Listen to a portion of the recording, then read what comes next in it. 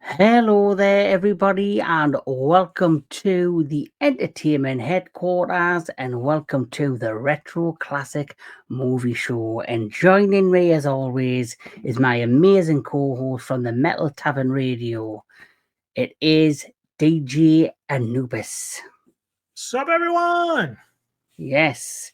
So I hope everybody had an amazing Christmas, and I hope you all going into the new year have an amazing, healthy, and prosperous year. But for now, we're still kind of in somewhat of the Christmas spirit. So because of that, I selected for the next retro classic movie show a film that I class as a Christmas film. It does have a bit of a Christmas theme in it. It is, of course, I Come in Peace with Dolph Lundgren.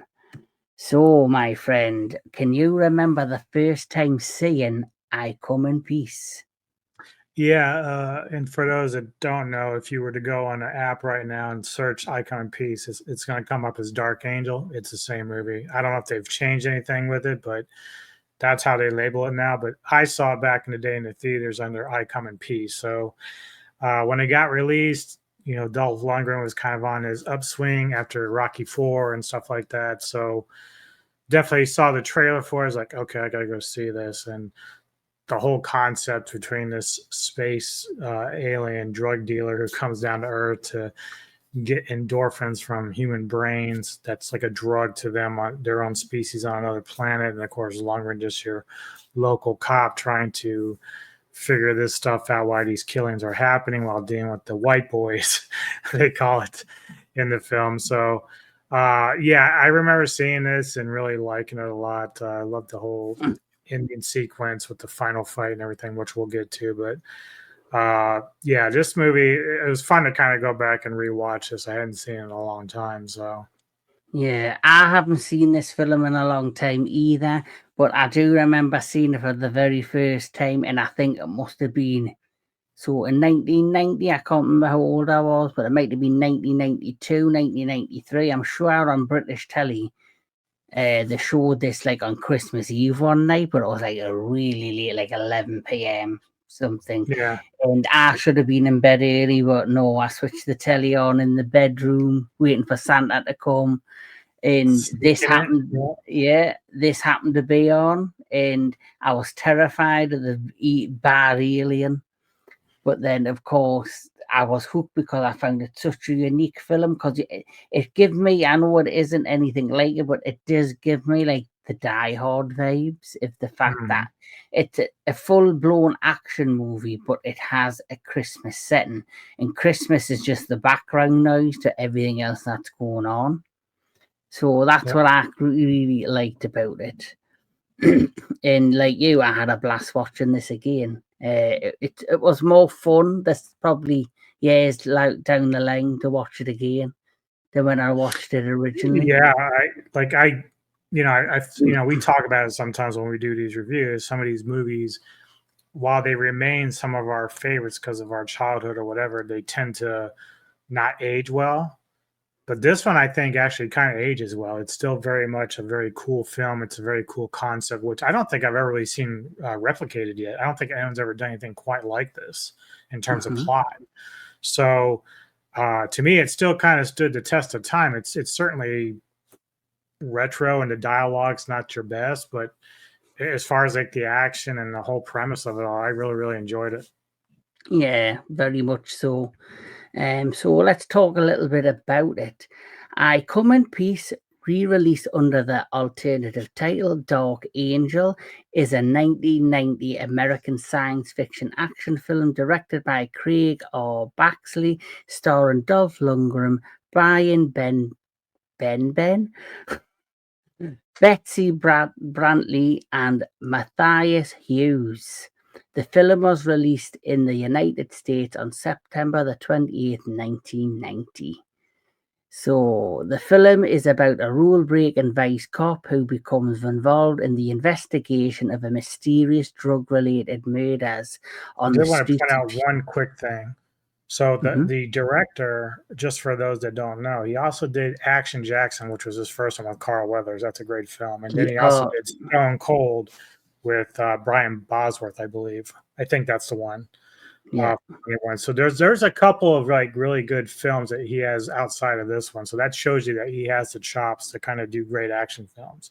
Sorry, go ahead. I just had to point that out. No, 100%. I was gonna say he has made like these kind of genre type films before. But yeah, so like I was saying, the film is about a rule-breaking vice cop who becomes involved in the investigation of mysterious drug-related murders on the streets of Houston, Texas. The original title is Dark Angel. The film was planned to be released under the same title in the United States, which had the latest releases, but was renamed by Triumph Releasing to I Come in Peace because of two other movies entitled The Dark Angel from 1925 and 1935, according to exclusive producer Mark Damon. In 1993 interview with UK magazine Impact, which I've still got a couple of those Impact magazines from the 1990s. But that's the reason it changed titles, and I did find it strange because when I decided to make this my next pick for retro, I decided, because I was flicking through the television one day on Amazon Prime and it was there available to watch free on Prime. And I thought, oh, great, but it was under the obviously name Dark Angel. So actually, when I watched it, even though it said like in the description Dark Angel, when you actually watch the credits, the opening credits, it still comes up I Come in Peace. And obviously, I think another reason why they decided to name this I Come in Peace, because it's one of the most well-known lines in this film by the bad alien. It's something he constantly says just before he's about to take out a victim or just raise hell. He goes, I come in peace. Yeah, it's almost a bit of a sarcastic thing, like I come in peace, just to kind of like make him like, what? And then he's like hitting him with the drug. It's just crazy. So let's have a look at a little bit of the cast. So here are your two main stars. You have Dolph Lundgren as Detective Jack Kane, and Brian Benben as Special Agent Artwood Larry Smith, an FBI agent and Kane's new partner. Now, the first thing we'll say about these two, so it starts off when there's like an undercover investigation going on where you've got these drug lords, I guess the drug, cartel of Houston, Texas.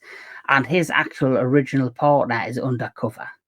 Now you've got Dolph Lundgren's character waiting outside doing the surveillance.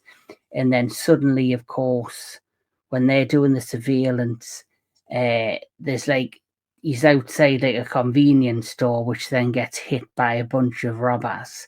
And so he then decides to leave the car to go investigate and stop these awful robbers in the convenience store, which during this time it's then revealed by the I guess the drug cartel. Yeah, the White Boys, that's the name of the drug cartel, that they actually know who he is, and that basically the gig's up and basically his partner gets murdered and the shit hits the fan. But this is how Dolph Lundgren takes out these arseholes. He shows his skills there. So how did you feel about the opening of this film? It's not super original. We see this a lot where, of course, Kane is like the epitome of you could say rogue cop. Like he does have a partner, but it's always like by his own rules. That's how Kane works. So a lot of times our heroes in these kind of films are just these like lone wolf type of guys. They don't go by the rules too much, but they get results. It's just a lot of times it's a lot of chaos around them. So in this case, like you said, he's supposed to be supporting his partner who's undercover inside with the White Boys, and he's listening in. And of course, these guys are talking to him and they're trying to get the deal done so they can arrest him. But as you said, these other pair of robbers come in to like rob this convenience store. So now he's like, what's your dilemma? Do you allow the deal to keep going through in hopes that your partner can hold them off for the time being, or let the guy inside the convenience store get killed by these robbers who have shotguns? Yeah. So he decides to leave and goes up and takes care of the robbers. But in the meantime, his partner gets murdered. But then this is also the same time that we get this new character coming into the fold, which is Matthias's Hues character, the alien drug dealer, who we don't really know what his purpose is right away, but he comes in and he just starts firing away, and he's got this menacing look. This guy, Matthias, I've really liked as an actor for a long time. He's been in a lot of martial arts films, and I wish that his career would have been a little bit better than it was. But I think part of the problem was maybe he didn't have the accent or the strong enough English to kind of carry that. Yeah. But in this, it works really well because he doesn't have to say too much, and he has something which is very similar to what we see a couple years later in Predator 2, where he's got this little disc that flips out of his fucking armor, and it flies around and it hits people, and it's pretty cool. It, slices their throat and shit, almost like Blade or anything else that you see later on. But and then he's also, that's just a guy playing it in his car, and he ends up crashing into a bunch of Christmas trees before Matthias comes down and lands in his little spaceship or whatever. So that's where we get his first glimpse where he arrives on the planet. But the way and the guys also, the signify this is definitely a Christmas movie, is the guy in the CD is trying to play his Christmas music. Yeah. He's trying to play his Christmas CD because he's on the way home for the holidays. It's not his fault he got attacked by a fucking alien and crashes in the Christmas trees there. He's like, "Merry fucking Christmas to me." Yeah. So obviously he arrives, he arrives and he says the famous line of "I come in peace" a lot. Yes. So obviously now that Dolph Lundgren's character has lost his partner, Detective Jack Kane, he then, he now has to not only investigate the death of his partner. You've got like the drug cartel, the white boys, they've got some sort of drug thing going on with different, the break into, like, I think was it like the like a vault or something, and then one's disguised as a police officer. So apparently, I'm assuming, if I remember, this was either they were retrieving evidence from the police warehouse that might have been used against them in some sort of court, or they were retrieving drugs. So what the viewers of this have to understand is this: you got the drug cartel that are pushing their drugs, but then you have this alien who shows up, and for whatever reason, he doesn't have his own drugs. What he does is he goes and kills druggies, and he takes their heroin, which he then infuses into this gadget that he has in his arm, where it shoots out this like cord, and it injects the human with drugs so much to the point that they're basically paralyzed or just numbed from ecstasy or whatever it is, like they're in that trance. So then what he does is he has this other gadget on his arm that shoots out this like little blade thing, and it penetrates the skull and then sucks out. Yeah, there's your drugs. He's putting it in there, and once they're kind of knocked unconscious, so to speak, he'll go and he'll impale them with this other thing that then sucks the endorphins out of the brain. This is what he used as a drug on his planet. And so what the basic idea behind this is that it's cheaper for them as drug dealers to come down here and just basically farm us as humans for this particular drug, which is rare on our planet. So they come here, at least that's the attempt, that this is his first time coming here to try to farm us. If he's successful, that might send more. Yeah. But as he arrives and this investigation's going on, you also have the good alien, who I guess is like a cop. Yes. Who also arrives, and he has a picture of them together. So the one obviously on the left is a good alien, because they don't give them real titles. If you look at if you watch this film and you watch the credits, one obviously Matthias, he's just known as the bad alien. The other guy is known as the good alien. Yeah. The guy on the left kind of looks like the dude from Critters.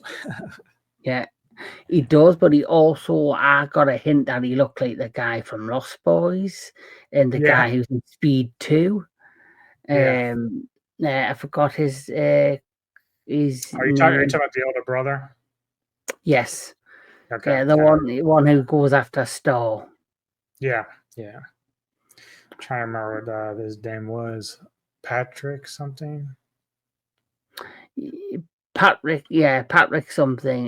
Look, that's who it remains. That's who he reminds me of. At the same time, all that's going on Jason because Patrick. Yeah. Jason Patrick, then you've got these two get together, and one's like an old school cop who likes to do the old school things. He's a rule breaker, where the other one's like come from the FBI, and he's basically like a And how kisser. funny is it that their dynamic between the two kind of reminds you of Rugger Hauer and his partner in Split Second? It's kind of like a similar vibe. It's a very similar vibe, but I think these two have better chemistry. Yes, definitely. Yep. These two have better chemistry, and I love their performances in this, especially the fact that the other one he basically, when Dolph Lundgren's character is thrown insults, the other one can just instantly hold them back. There's this amazing banter between them.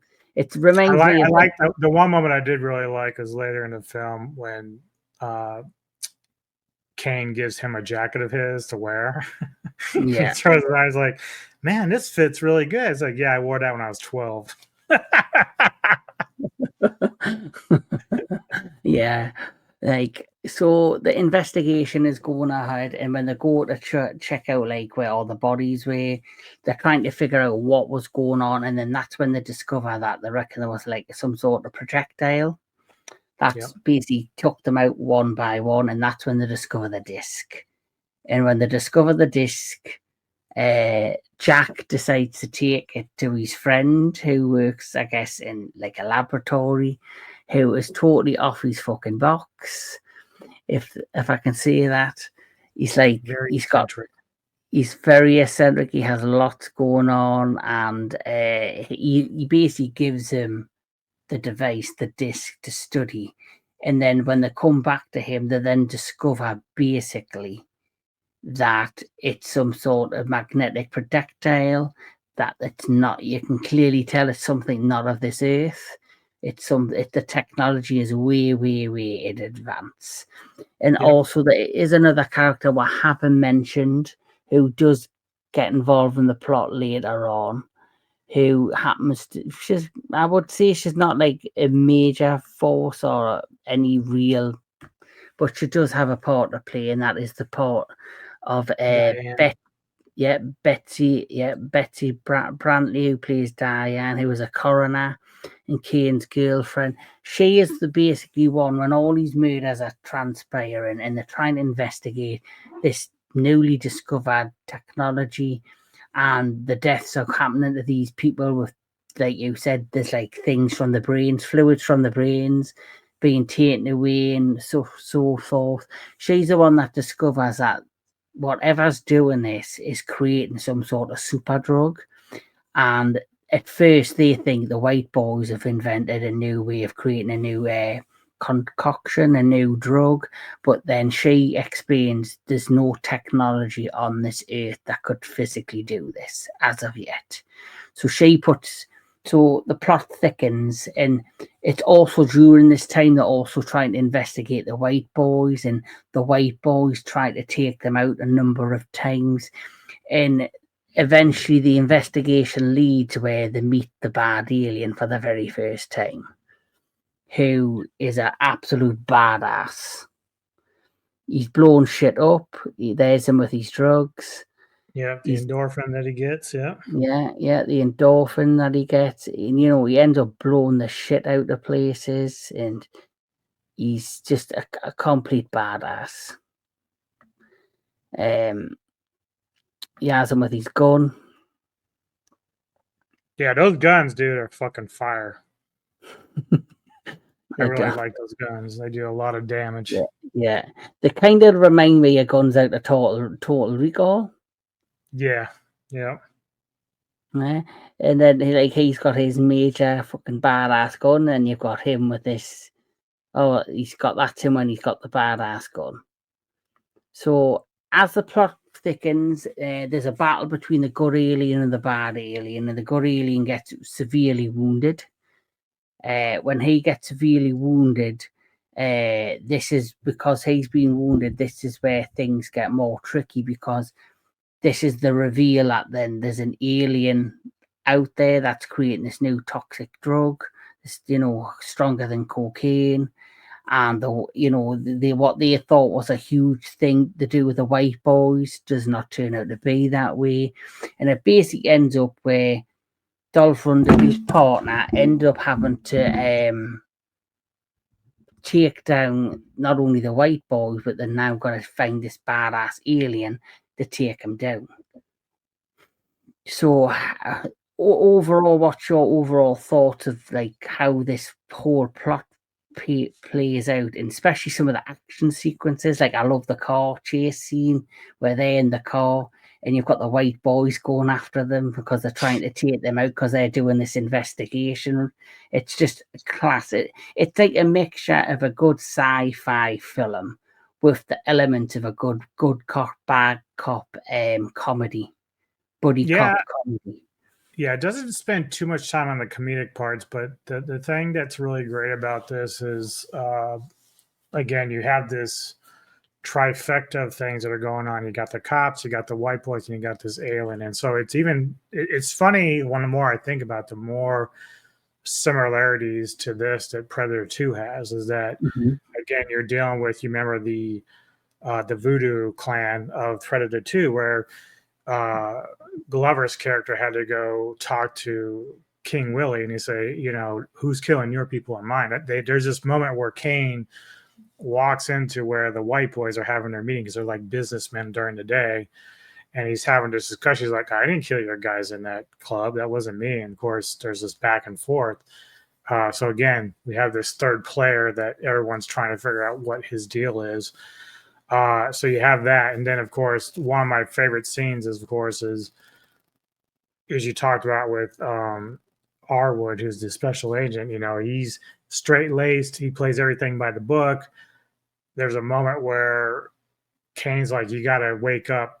Like, the higher-ups in your company don't care about the little people. Like, they're going to sell you out. Yeah. He says something like, you have to break an omelet with some eggs or whatever. And then, there is like a reveal, because obviously, like you said, there's three dynamics. There's the white boys, there's the cops investigating it all, and then there's the reveal of the alien. Like, there's interstellar war between these two aliens, where the good alien does eventually die and he has this massive explosion, which that scene alone I loved, because yes, it was upsetting to see the good alien die, but the whole how it was came across and how they did it was brilliant. And once it's revealed, obviously Kane wants to go to his boss, the head of the police department, and say, by the way, what we investigate isn't like a mass murderer. It's not another like gang of drug dealers. It's an alien, and he just basically just think he's fucking nuts. They think he's crazy. And even his partner originally thinks he's ill is not until he sees something for himself. And when all that's going down, his partner's like from the FBI. Then, there's this big fight sequence where the good alien is dramatically injured, and you do see them battle it out in like this, I guess, another convenience store. And the bad alien manages to get away, but there's that beautiful scene where, as it's exploding in the background, he's like running away from it all. I love that scene as well. Next thing you know, you see the police and the FBI coming together, and they're not allowed in the crime scene. And they're not allowed in the crime scene for whatever reason. And then they see the police chief and they see the FBI, I guess, head honcho talking. And next thing you know, they told you, off the case, go on vacation, it's over, the case is closed. So straight away, Kane knows that something's happened, or the FBI have something on the police or something else. And it's after the death of the good alien that they get their hands on one of these alien guns. And this is where the partner is It's too bad they didn't mix in Gary Busey's character from Predator 2 with this, because it's similar in theory. He could have played the FBI boss, to be fair. Or Yeah, the police. that would have been a fun tie-in. I wish they kind of would have thought ahead about that, but that would have been Yeah, fun. yeah. So this is, so as you know, he now has the alien gun, and he then kind of turns on Jack for a small period of time and delivers it to the head of the FBI. So for me, it kind of comes across he knew all about the alien threat, or he had already reported it off screen to the FBI, and then they were like, right, this is what I want you to do. I want you to keep push. I want you to play dumb. Once you get your hand on a bit of evidence, come back with her to her. But then it also shows, me that they're kind of shady, because this head honcho was about to kill him. Mm-hmm. Yeah. So what, he could have been in cahoots with the white boys as well. There's something not quite right there. Well, I think it was more about protecting the alien technology, because I think he spoke about trying to use that for military purposes, which, again, I hate bringing up Predator 2, but that's a similar vibe that Boosie's character was saying all the time. It was like, do you imagine the military advancements we would have with technology like this? And so, again, they wanted to capture the alien in I Come in Peace, just like they did with the Predator, because they want to study it and they want to know the technology. But the agent, of course, Arwood, he's like, yeah, but he's killing a bunch of people in the process. We shouldn't allow that to happen. So that's where that dilemma comes in. And he's realizing for the first time that Kane was right, that this guy does not care about regular people. He'd rather sacrifice them for what he would think is the greater good. Yeah. And so just when he's about to kill him, Kane, luckily, he's there watching it all, and ends up, there's that amazing shot where he basically just shoots him in the side of the head and he's just floating in the fountain, which I love as well. An amazing shot. And then it leads on where they basically team up to go out of their way to try and take down this alien who, his favourite line in the whole damn film is, "Come in peace."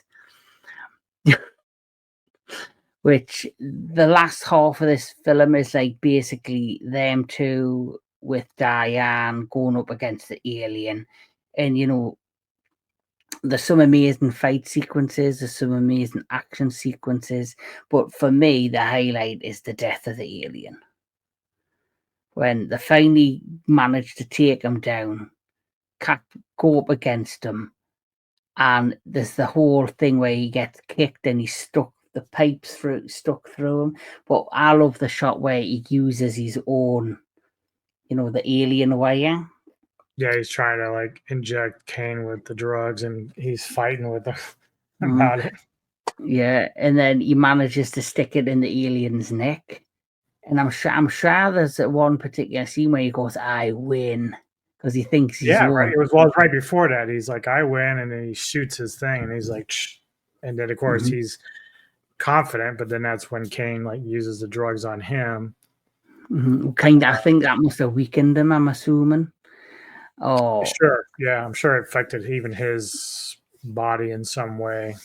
Because he, the alien was tough, but they could easily be hurt. Like, it's like they had like their own armor, but if you were to shoot them with like one of their own guns, like, in fact, even Kane, when he's using a shotgun, I don't think he really shoots him, but he's able to push him back with it, which means it has a lot of force.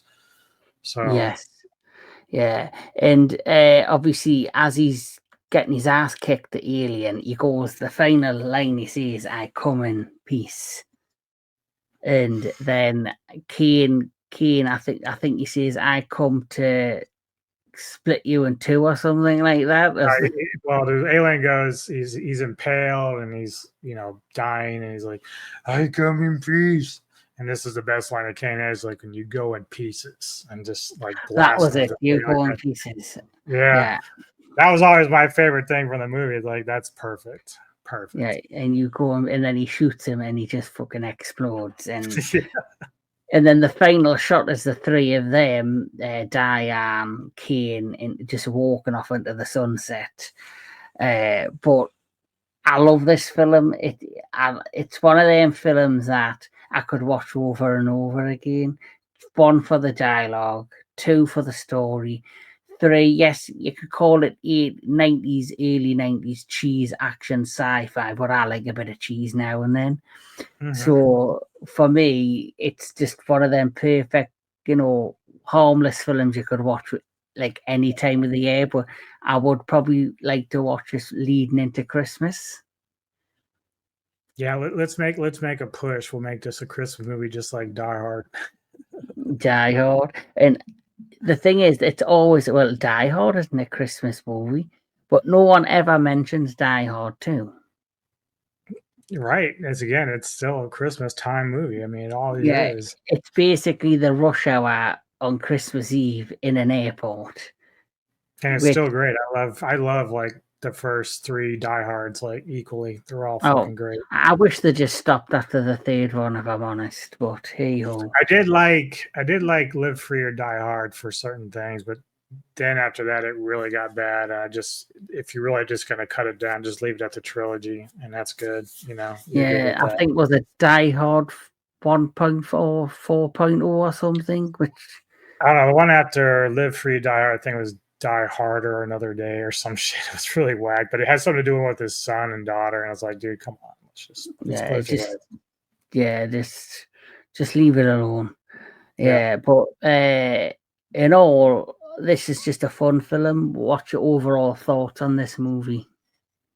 Yeah, I really enjoy it. I'm glad you picked it. I think that's the thing, is that I'll probably just see if I can find a Blu-ray or something of this, but watching it again reminded me just how much I really did like. And again, it's surprising, even though it has a lot of similarities to Predator 2, which came after it.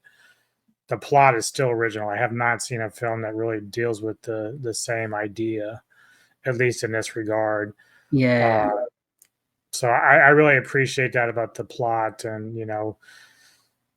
again, it's a little dated, but to me it holds up. I still enjoyed it as much as I did the first time I saw it. So especially like extraterrestrial drug dealers coming and using us as experimental drugs, I take it, and then like an FBI alien coming down, and then during that you've got an online story going with the cops going after the white boys, then basically you've got a cop from outer space coming after a criminal, and it all kind of mashes together.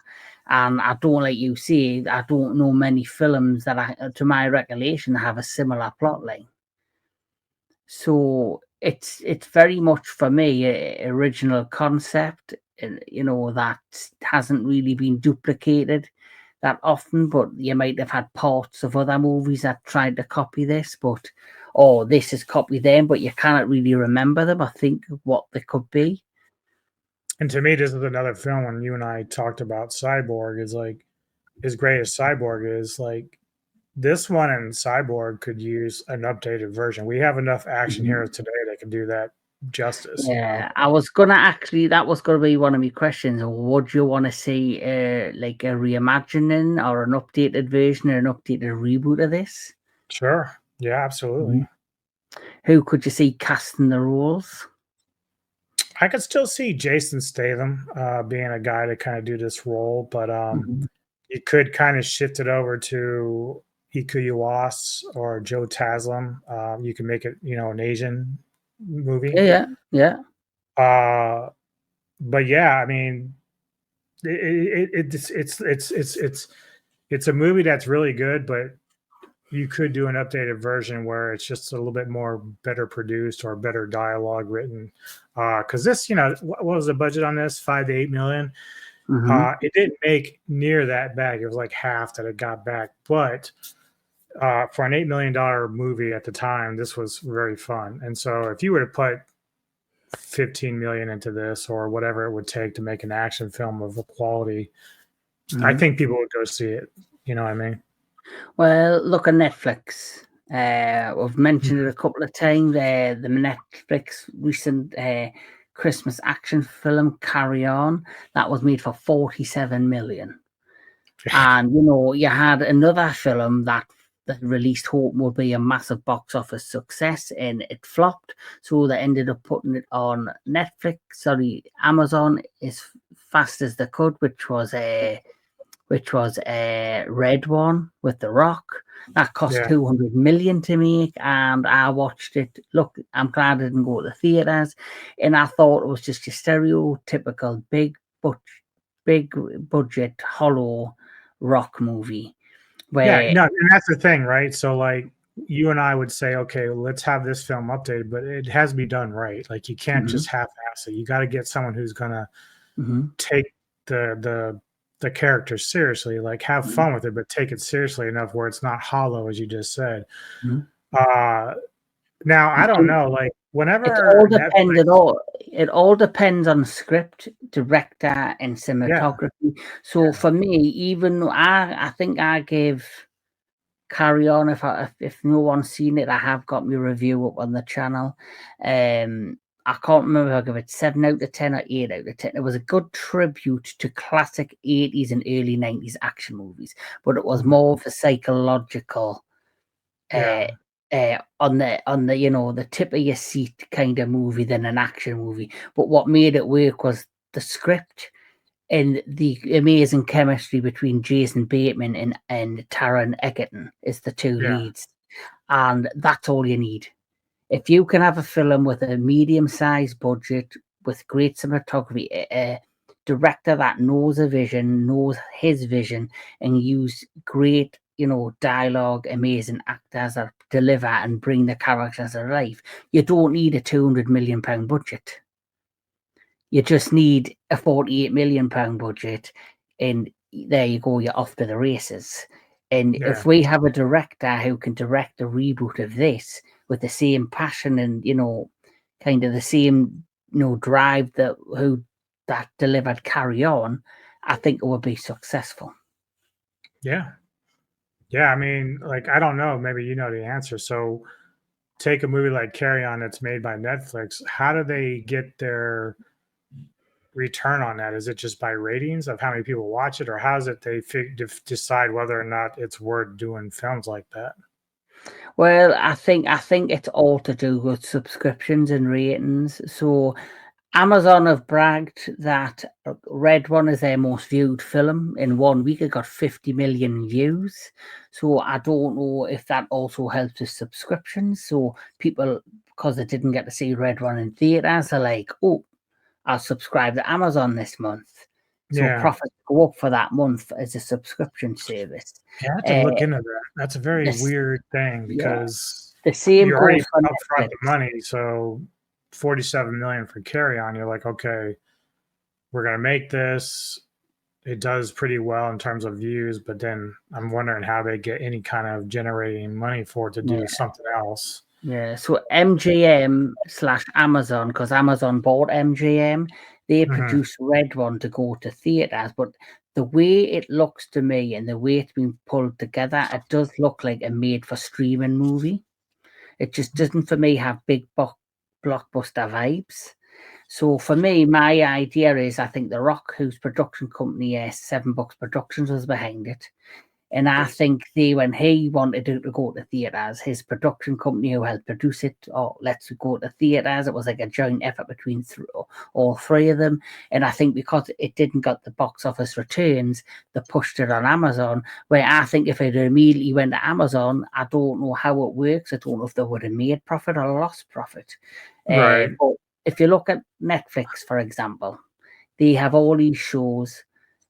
Squid Game's doing really well. They've got One Piece doing really well, which is based on the anime.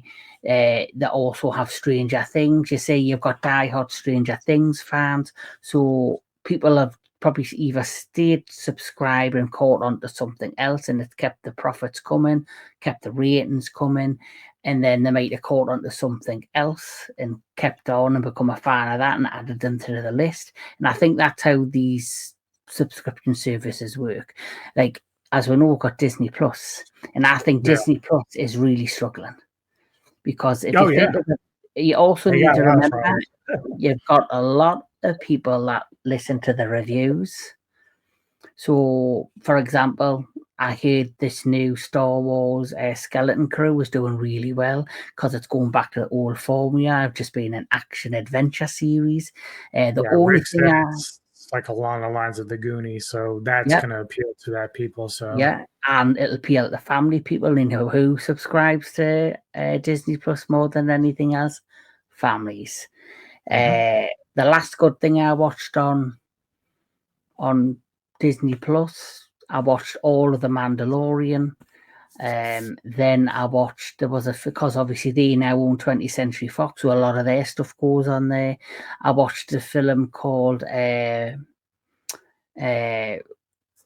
watched Prey on there, the new Predator movie. I think that's the other thing. And I did watch Agatha all along.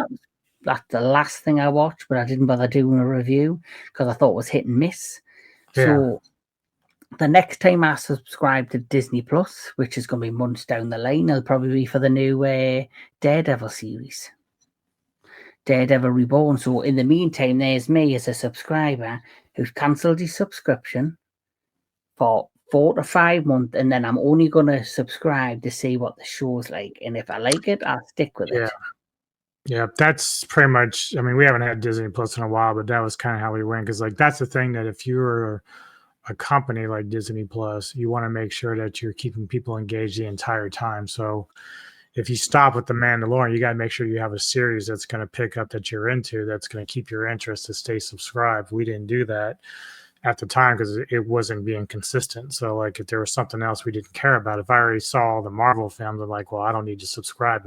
I've already seen these. So I would stop. And so that's where you, if you're smart enough, you try to make it to where you've got something for everybody all the time. And, yeah, there's only one thing I think that will keep streaming channels going, and the only thing that I think is keeping streaming channels going is people aren't buying physical media.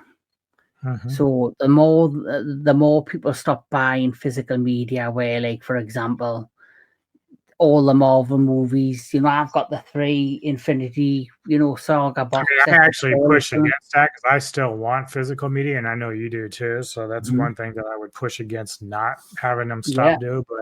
But there are a lot of people that just don't want to have to worry about it. They're just like, oh, if it's available, I can just stream it. I can understand people's trains of thought. Oh, well, I don't really want to buy loads of DVDs or Blu-rays because I just don't have the space for it, which is fair enough. I can understand that element. Like, my room's full of shit right now because I'm going to be decorating next year. But all my physical media is here in front of me on my bookshelf. I don't think I've got any room left to put another DVD or box set. But I get that is probably the main reasons people have stopped. If you just send me that bus back behind you, then you'd have room right on that desk. Can you pay the shipping? It's like $40, right? Yeah, add another 0 on the end.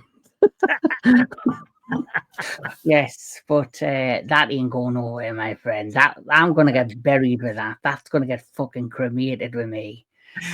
Kevin's like, I want all my Funkos, all my figurines. They're all in the coffin with me. Nobody's getting this shit. Oh, I'll send you a Funko. I'm sure that's only like $20 to post out. But you never know, because you do have a mystery box on its way sometime soon. So you never know what could be in there. That's not going to fucking fit in it, so don't worry. Well, I hope that when I send you your Christmas gift that you do a video, or at least just tell me about it, because I want to see you take it out, because I think you're going to love it. Okay, well, I think Mr. Tony the Dead said he's sending us stuff as well. So yeah, he's a copycat. Yeah, so he's a both fucking copycats because I came up with it first. So, but anyway, this has been a blast. Final thing, or let's rate this sucker. What would you like to rate? Come in peace. I still rate it. I think I'm gonna rate it 9 out of 10. I still like it a lot. Yeah, me too. Actually, if they release this on Blu-ray, I don't know if it's out on Blu-ray or 4K, I'll probably buy it and squeeze it somewhere on that shelf there. Yes. Yes, I thought great acting, great chemistry between Dolph Lundgren and his partner there, and the alien looks menacing as hell. Great story. I thought it was original, and yes, it is a fucking Christmas film. And that is all I've got to say. what is coming up on the Metal Tavern Radio? What do I have? I'm gonna keep it short because tomorrow I have my next Kaiju Spotlight series with Connor, and we're gonna be doing Megalon. Oh, So cool. I'll be looking for that. Next week, two things going on. I've got my top 10 movies of 2024, which I'll do on New Year's Day. I was going to do it earlier, but again, I want to go back out and watch Nosferatu again. And then the 4th, when we get into January, which will be a Saturday, I'll be doing Kaiju Spotlight again with Jake Hall doing Gigan. Ooh, that'll be cool. And then I know on the 7th, for me and the entertainment headquarters, I don't really have my full schedule for January yet, but I do believe on the 17th of January, we're going to be doing the next Into the Darkness franchise discussion, which will be The Grudge. And I think the 31st of January, we're going to be doing the next Kaiju Classic review, which will be The Giant Behemoth. But we'll also have a retro classic coming our way. The next one was your pick. It's the 13th Warrior with Banderas, isn't it? Antonio Banderas, yes. So that's your next pick. And eventually I will get around to doing my top 10 of 2024. I am holding out because next week I will be getting to see Nosferatu the day after New Year's Eve. I'm not too fucking hungover or just ill in general because I work a lot, but who knows? But that's what you've got looking forward to you on the entertainment headquarters, and of course the Metal Tavern Radio. Like I say, please like and subscribe to this man right here, my partner in crime, Mr. DJ Anubis. He's a legend. He deserves all the likes, all of the subscriptions you can. And of course, if you want to, and if you can be asked, please like and subscribe to the entertainment headquarters. But He's worthy. He's worthy. You're worthy too. But until the next time, keep on enjoying your movies, keep on enjoying all things entertainment, and we'll catch us all at the next one.